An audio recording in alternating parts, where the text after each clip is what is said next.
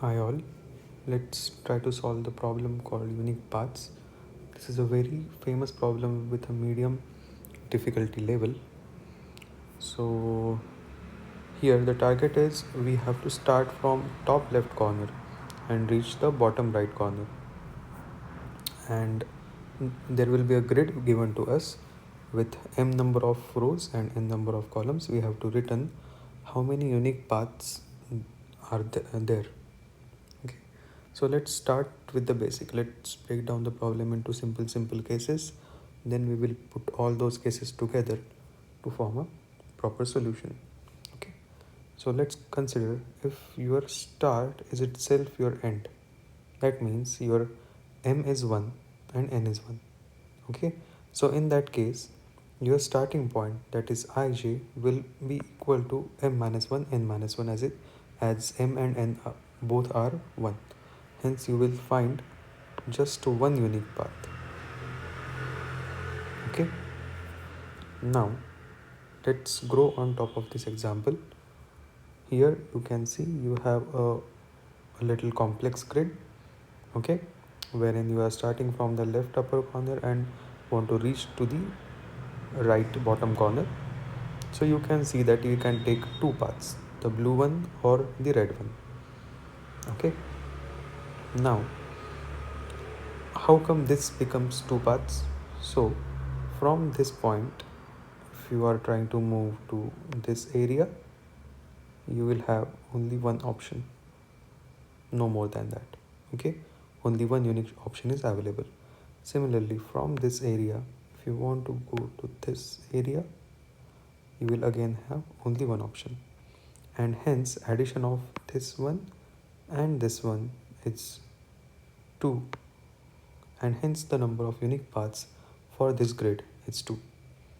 So to generalize, okay, to generalize, what we have learned so far is if I is 0 or j is 0, meaning if you are traversing the first row. Okay, imagine you are given a grid where m is equal to 1 and n is equal to 4. Okay, I'm talking about this grid. Okay, so here you can see that there is only one unique path which goes from here to here.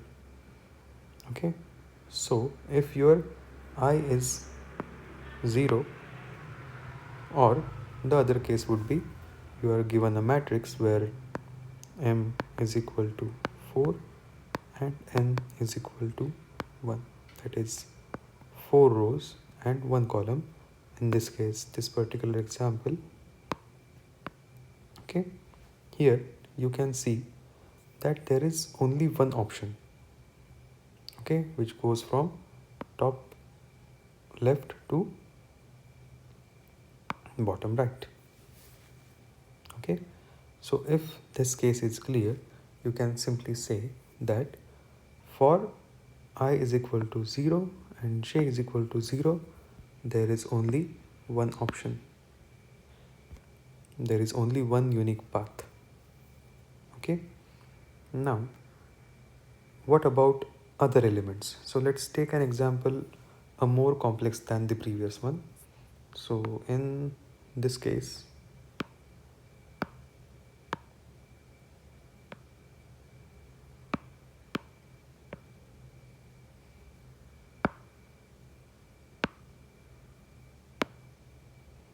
okay, so in this particular example, what you see is, imagine there is a square over here. Okay, so talking about this particular position, there is only one unique path, right? And this we have understood from the first example, this one.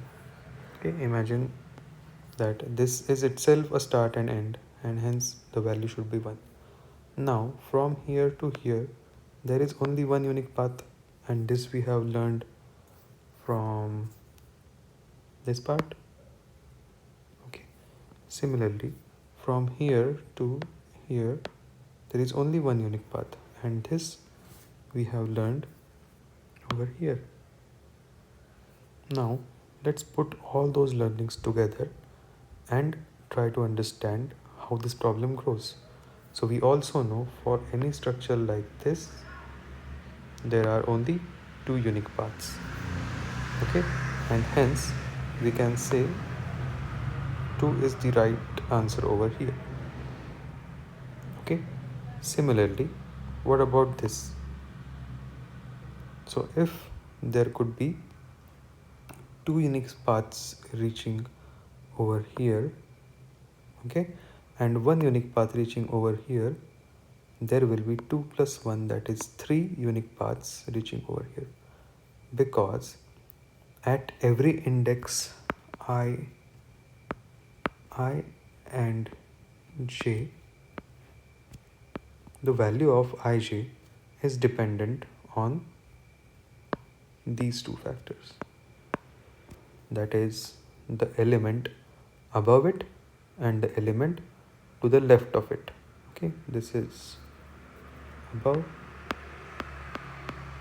and this is left. Okay, similarly, if we consider this case here, above we have 2 and to the left we have 1, and hence the value is 3.